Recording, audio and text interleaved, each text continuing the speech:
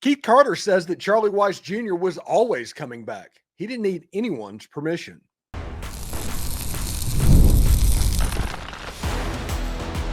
You are Locked On Ole Miss, your daily podcast on the Ole Miss Rebels. Part of the Locked On Podcast Network, your team every day. Welcome to the Locked On Ole Miss podcast, the most watched Ole Miss podcast out there. I'm your host, Stephen Willis, a 10-year veteran member of the national media with Yahoo Sports and a former Ole Miss staff member. We're part of the Locked On Podcast Network, now the number one podcast network sports-wise in the world. So that's thanks to you. Thank you. On today's show, we're talking about Charlie Weis Jr. returning to coach the Ole Miss Rebels through the college football playoffs, at least something that athletics director Keith Carter has made perfectly clear. That was always the plan. And despite Lane Kiffin's statement that he gave permission, there's more to this story. We'll dive into what the people behind the scenes believe could still be on the table and happening in this situation. Next, we'll take a closer look at the future of the offensive coordinator position if Weis Jr. does ultimately move on to greener pastures. With the playoff announcement just 5 days away or so, this is the moment where speculation starts to run wild. We're going to talk about all of it, from coaching possibilities to uniform talk, all of that stuff, as we get ready for what could be the biggest moment in Ole Miss football program history. All of this and more on today's Locked On Ole Miss podcast. Remember, we're free and available in all the podcast apps and on YouTube, and a special hello to the insiders and everydayers who make the show what it is. Your team every day. Today's episode is brought to you by FanDuel. If you want to be right in the middle of the action this season, visit FanDuel.com and place your NFL live bets all season long. So one thing that's really interesting that came out yesterday, Ole Miss is continuing their basic press roundup that they're doing. All of a sudden, they're starting to do a lot of media. You're starting to hear the Ole Miss side of the story and kind of rebutting some of the lies that were told by Lane Kiffin during this process. One of which, according to Keith Carter, was the situation with Charlie Weis Jr. Listen, Pete Golding and Keith Carter and everybody worked tirelessly to put together a staff that's in a very good position to be ready to go for the college football playoffs. It doesn't matter if they got on a plane or not. They were locked in at that moment, according to Keith Carter. Charlie Weis Jr. got on the plane to go down to Baton Rouge. Ole Miss thought, well, maybe he's going to stick around, but you can't necessarily count on it. But they were in complete conversation with Charlie Weiss's representative and Charlie Weis the whole time he was down in Baton Rouge. And news came out shortly before Charlie Weis came back to Ole Miss that a contract got signed. It was 2 years, $6 million, or 3 years, $6 million, something like that. It's real similar to what he was getting paid at Ole Miss. Then shortly after that, it's like it wasn't a contract at all. It was a term sheet, which is similar to a memorandum of understanding, which ultimately is not enforceable. So technically, he hasn't signed anything if he's only signed a term sheet. I got a phone call that they were starting to make preparations for Weiss's return back to Oxford, and that it was a done deal and it was going to happen. And the next day, sure enough, Charlie Weis Jr. was back in Oxford. They put out the news release and all of that, and they're getting ready for playoff prep. About that time, Lane Kiffin put out the infamous tweet to where he talked about how he was allowing Charlie Weis Jr. to coach at Ole Miss, and LSU signed off on it as well.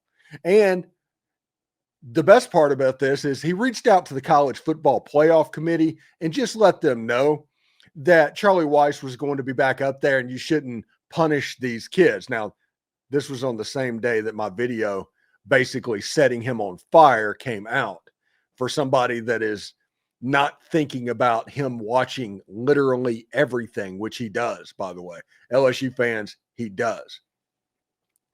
Charlie Weis put out some kind of a hostage message that doesn't seem like it was written by anybody that was there. It was just something to put on the social media. It felt like something to placate Dear leader, I'm not 100% sure, but he did it. And I understand why he did it. So that is kind of where we are. Right now, Charlie Weis Jr. is going to coach Ole Miss in the college football playoffs.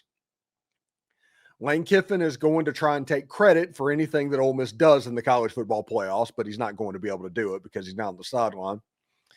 And Ole Miss is going to try and win a game as a number 6 seed, potentially in the college football playoffs, going up against Virginia or somebody like that. Pretty exciting day for Ole Miss football. Thinking that in about 2 weeks, you're going to line up to play the biggest game in the state of Mississippi sporting history. You're going to line up and do that. That is a pretty cool thing. But it doesn't just end there.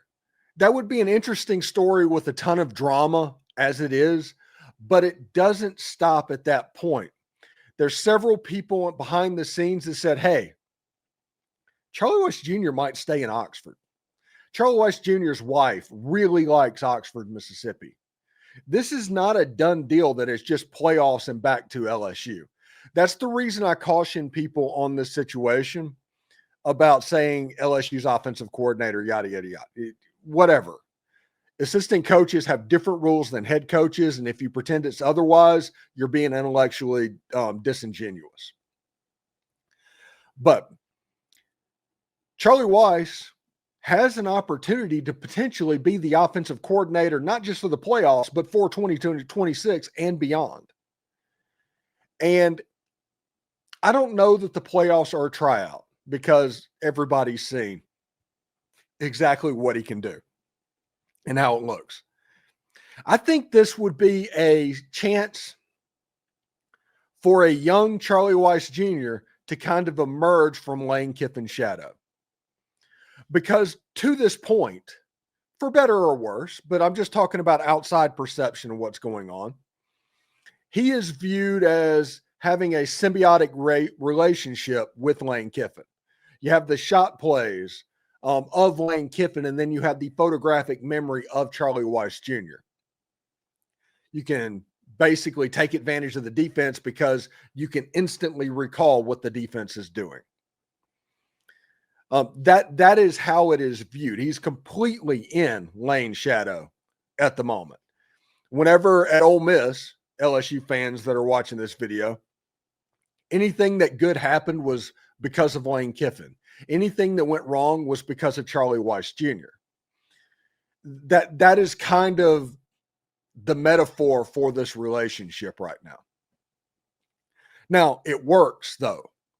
That's the thing that Ole Miss fans need to realize right now. It works. So there's a better than average chance that he heads back to LSU and they form that bond yet again. But if you want to take the chance to be on your own, to see if you can do it literally by yourself, to be the big cheese, Ole Miss would be the spot for you.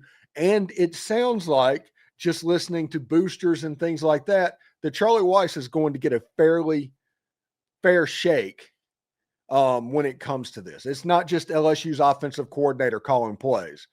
It is somebody that is your offensive coordinator that they're actively trying to keep a hold of you calling plays. And it's important that you realize that difference. Again, Charlie Weis Jr. could decide to go down to LSU and all of this. It would make perfect sense and wouldn't surprise me a bit. But they think, Ole Miss thinks, that they can woo him over the next couple of weeks. So all the fans that are worried about LSU's offensive coordinator in the building recruiting Ole Miss's players, they need to worry more about the Ole Miss players recruiting Charlie Weis Jr. because there's a very, very real chance that that could happen. And one thing that I've noticed, and there's a picture that was floating around on the internet from Pete Golding's public appearance at the basketball game on Tuesday night of him and Austin Simmons with their arms around each other. And Austin just smiling. It's the biggest smile I've seen from Austin Simmons since before this football season, okay? This has not been the best personal year for Austin Simmons, although he's got to be extremely excited about what's going on. But when you see that, you see a little bit of a galvanization of the fact that the players are kind of locked in for what they can do. They've really grown really close together. And it took something like this. It's almost just like Major League, to where the team has galvanized against a figure to maybe push them forward.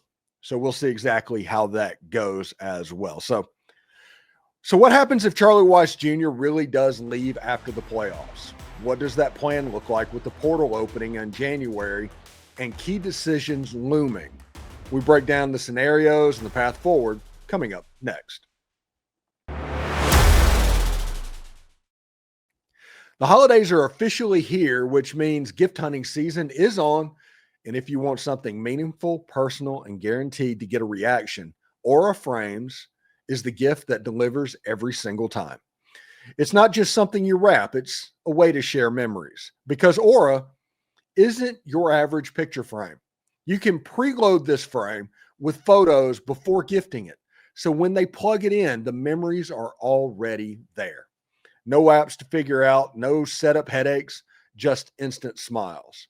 Send this to the grandparents, the parents, newlyweds, anyone that loves photos. Endless updates of pictures and 30-second videos through the Aura app, and add a personalized message right inside the frame so the gift feels thoughtful the moment it is open. Packaging comes gift ready, no price tag, no wrapping needed. Huge win. It's a holiday gift that actually gets used, not forgotten in a drawer. So for a limited time, save on the perfect gift by visiting auraframes.com to get $35 off Aura's best-selling Carver matte frames, named number 1 by Wirecutter, using the promo code COLLEGE at checkout. That's AURA frames.com, promo code COLLEGE. The deal is exclusive to listeners, and the frames sell out in a hurry. So order yours right now to get it in time for the holidays. Support this show by mentioning us at checkout. Terms and conditions apply. Do us a favor, like, subscribe, and comment on this video. Subscribe to the podcast on whichever audio podcatcher you're listening to, and give it a 5-star review. It costs absolutely nothing, but it helps keep all of this free.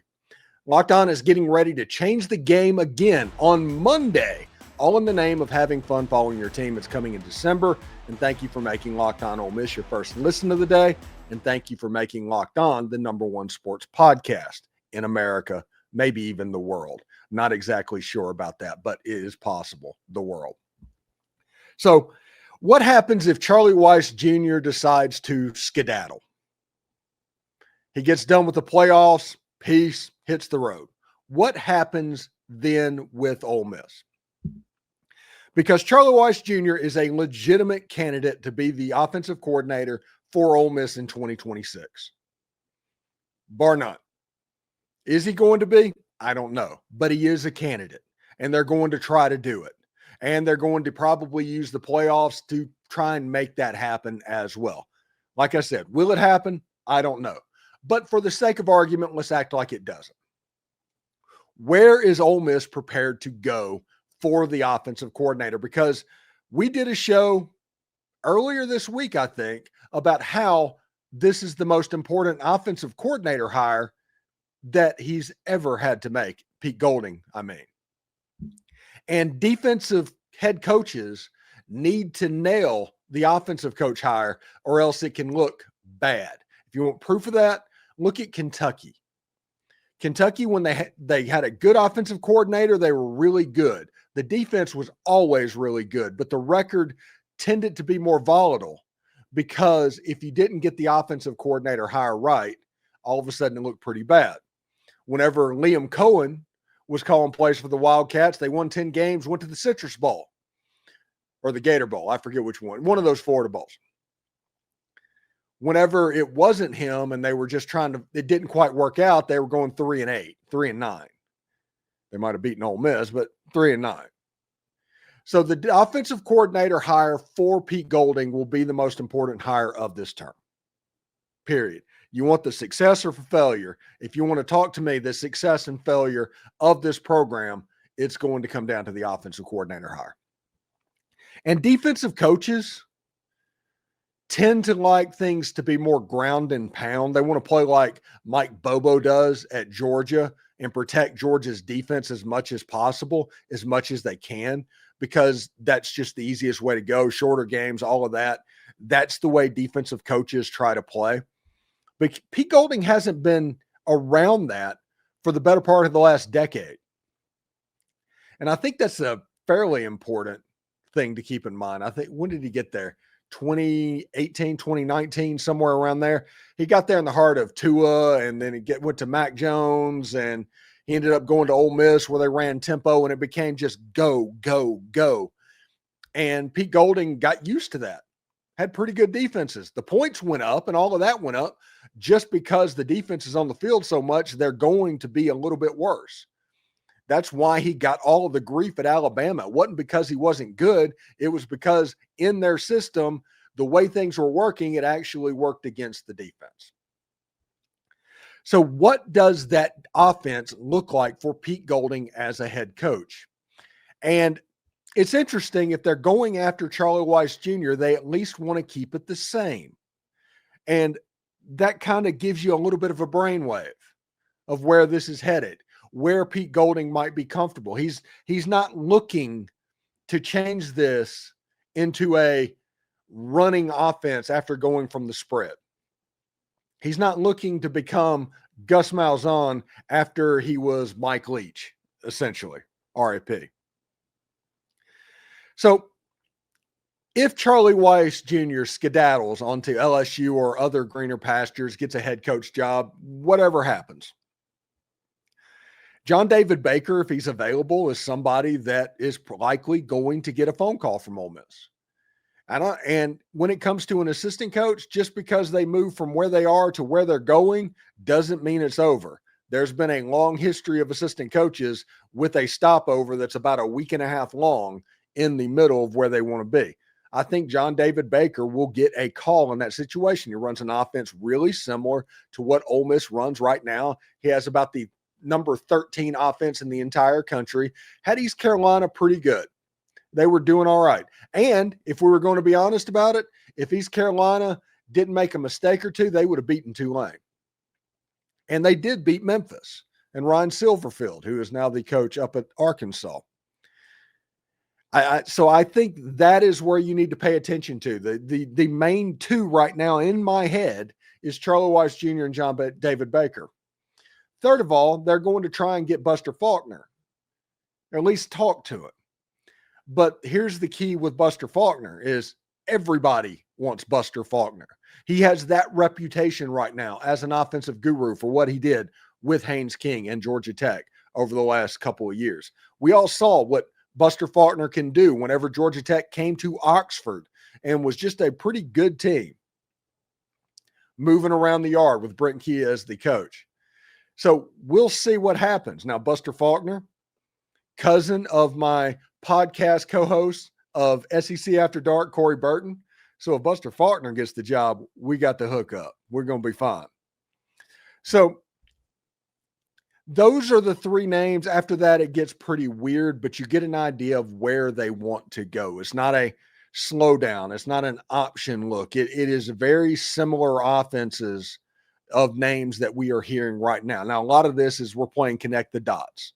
I mean, that nobody's talking to anybody. There's too much going on right now. But when you look at the names that are out in the ether right now, you have a pretty good feeling that they are going to hire somebody really similar to what Charlie Weis Jr. was doing.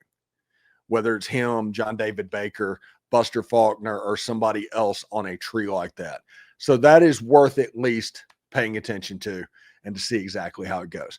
I'm not 100% sure that Charlie Weis Jr. is going to go back to Baton Rouge or anywhere else. I think there is a fairly good chance that he's just here. And we'll see exactly how that goes for Charlie Weis Jr. and this Ole Miss team that was able to keep 9 assistant coaches. The only quitters of the bunch, Lane Kiffin, obviously, George McDonald, okay, that's a little bit weird, and Joe Cox. Those are the 3, if you don't count the Billy Glasscock GM, whatever. And also for GM, keep a name to keep an eye on, Mike Kershaw, DM at Kennesaw State, recruited Pete Golding to Delta State as well. So a name to keep an eye on there, and it'll be interesting to see exactly what happens with Austin Thomas, because he's kind of available too right now, because Billy Glasscock is going to get that GM job. So we'll see what happens there. In our final segment, we're kind of really starting to get fired up about the playoff, and it could be a massive step forward for Locked On Ole Miss. All of that and more next. NFL Sundays move fast. One big play and suddenly everything feels different. That's what makes live betting with FanDuel so exciting. You're not just watching the game, you're reacting to it in real time. With FanDuel, you can place bets as the action unfolds, every drive, every momentum swing, every highlight moment. Live betting is best when the game starts to shift, a receiver gets hot, a defense tightens up, or the momentum flips after a turnover, or you don't get a fourth down. FanDuel lets you jump into the moment. Live spreads and money lines adjust instantly. Player props update as guys heat up. You can bet the next touchdown scores, drive results, totals, and more. It keeps you locked into every single snap, every drive, every possibility. So if you want to be right in the middle of the action this season, visit FanDuel.com and place your NFL bets all season long. FanDuel, the game moves fast, so can you. Man, it is really, you're starting to get excited about the playoffs. After the ranking came out and Ole Miss was number 6, actually moved up in the ranking. At that point, you're going to host a playoff game.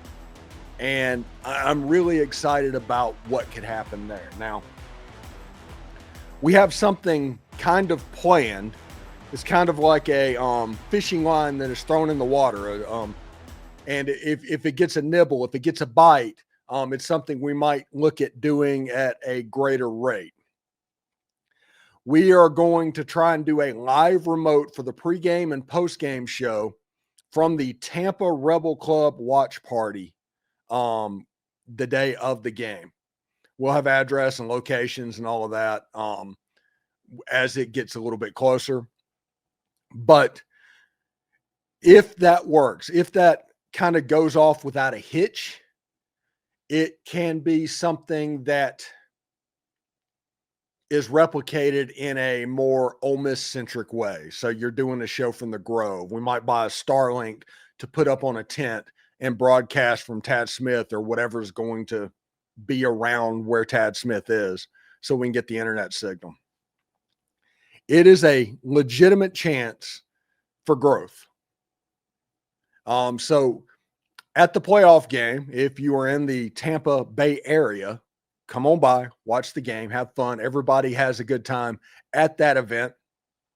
And we are going to do a pregame show about 2 hours before the game, and we are going to do a postgame show about 30 minutes after the game. Logistics-wise, I got to figure out how to do it. I've got to get the manager on board. I think I got a text message that was sent to me. So we will get that under control. Now, the game itself, you're starting to look at different teams that it could potentially be. You know, Notre Dame, Miami, Virginia, Tulane, James Madison, North Texas. All of those teams are kind of in the group of teams that could be making the trip to Oxford, Mississippi. You've heard me talk about on multiple shows at this point, and I'm going to continue to do it for the next couple of weeks. This needs to be a JHV game.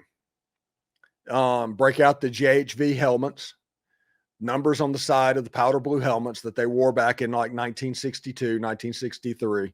The last time Ole Miss was in a position remotely similar to where they are right now. This can be a, hey, Coach Vaught, we made it type situation. We finally got back, because after the heart attack and all of that with Johnny Vaught, whenever that happened, and he ended up living for, 30 years after that. But Ole Miss never could get back to that point.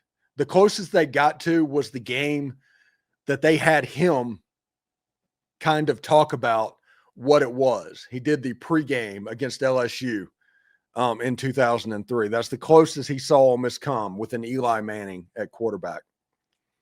So it is kind of a shame that he didn't get to see this and what Oxford, Mississippi will be coming and what the state of Mississippi will be like knowing that a college football playoff game is on one of their campuses.